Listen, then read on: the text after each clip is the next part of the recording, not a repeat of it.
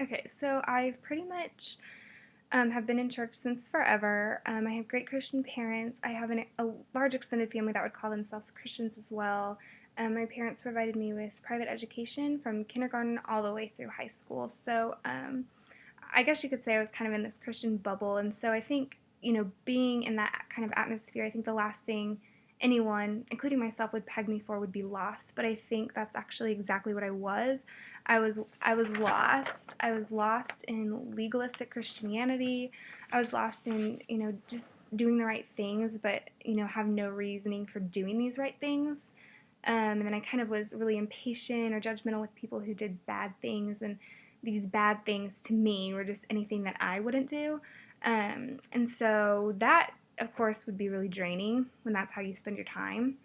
And so I just was very unhappy. So either I was really unhappy or I was pretending to be happy. And so that's kind of, a large part of my time. And so in doing that, like, you can understand why I would feel lonely. And I did. And so I either tried to fill my time with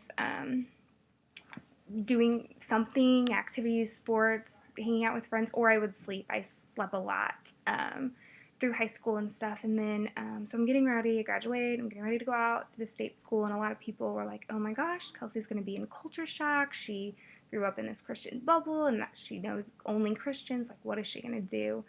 And sometimes I allowed myself to believe that too, but I'm very, very grateful that when I went away to school, that's not what happened. What did happen was that I think for the first time I really met Jesus, and I really got to know him as a person, and I got to know his character and even like his personality a little bit, and just like really learned what doing life with Jesus looked like. And so because of this, my life became very intentional.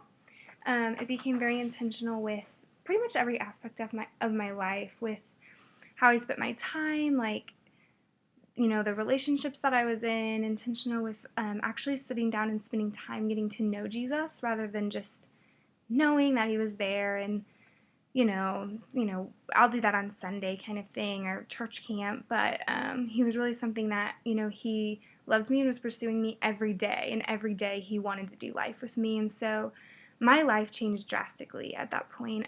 Something that definitely people noticed. I was happier than I've ever been. I looked better than I was in the best shape that I've ever been in, and I, accomplished a lot of my goals.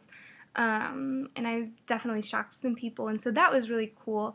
But not only that, I really got to the point where alone and lonely weren't synonyms, but alone didn't have to mean being lonely, but alone meant simply just being by myself. And I think that is something that's very refreshing. And so, at the end of the day, I'm refreshed with the Lord, and I spend most of my days just thinking that loving Jesus is a lot of fun.